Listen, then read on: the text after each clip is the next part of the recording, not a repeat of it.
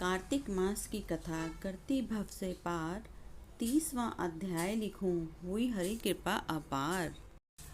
भगवान श्री कृष्ण सत्यभामा से बोले, हे प्रिय, नारद जी के यह वचन सुनकर महाराजा पृथु बहुत आश्चर्यचकित हुए।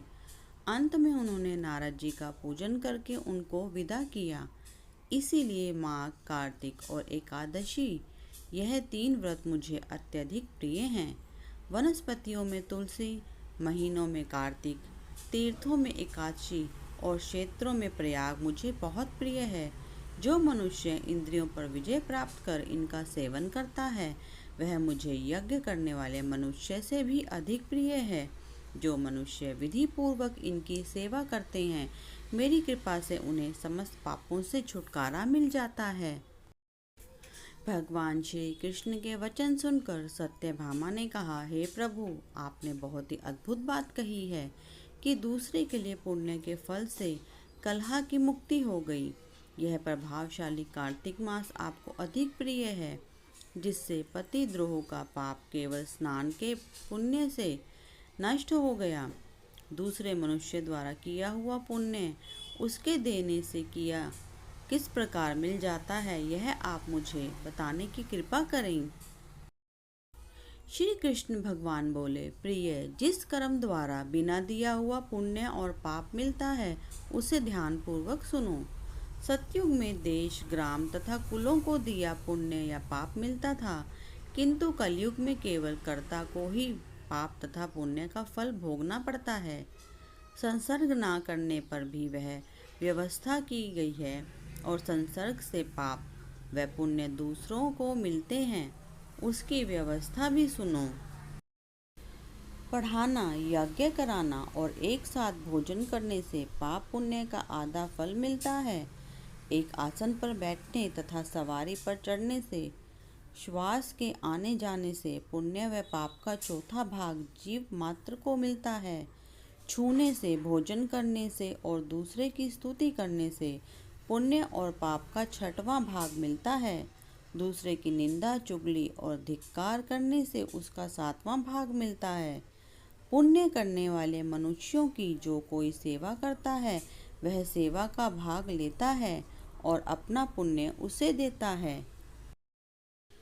नौकर और शिष्य के अतिरिक्त जो मनुष्य दूसरे से सेवा करवाकर उसे पैसे नहीं देता, वह सेवक उसके पुण्य का भागी होता है।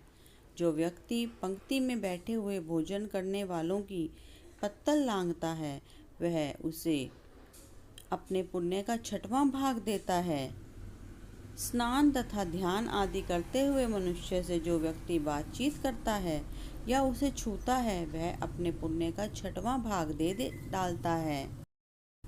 जो मनुष्य धर्म के कार्य के लिए दूसरों से धन मांगता है, वह पुण्य का भागी होता है।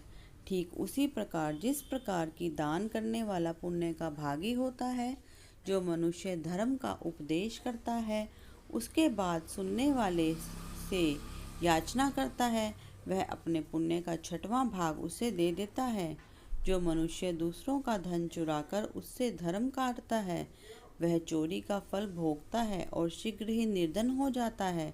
और जिसका धन चुराता है, वह पुण्य का भागी होता है। बिना ऋण उतारे जो मनुष्य मृत्यु को प्राप्त होता है, उनको ऋण देने वाले सज्जन पुरुष पुण्य के भागी होते हैं।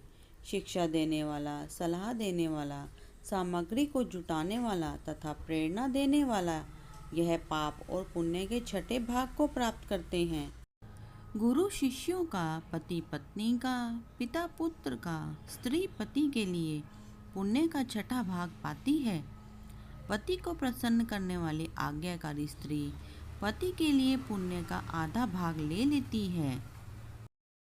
जो पुण्य आत्मा पराये लोगों को दान करते हैं, वह उनके पुण्य का 6ठा भाग प्राप्त करते हैं। जीविका देने वाला मनुष्य जीविका ग्रहण करने वाले मनुष्य के पुण्य के 6ठे भाग को प्राप्त करता है। इस प्रकार दूसरों के लिए पुण्य अथवा पाप बिना दिए भी दूसरे को मिल सकते हैं, किंतु यह नियम जो कि मैंने बतलाए हैं, ये कलयुग में लागू नहीं होते। कलयुग में तो एकमात्र कर्ता को ही अपने पाप व पुण्य भोगने पड़ते हैं। इस संबंध में एक बड़ा पुराना इतिहास है जो कि पवित्र भी है और बुद्धि प्रदान करने वाला कहा जाता है।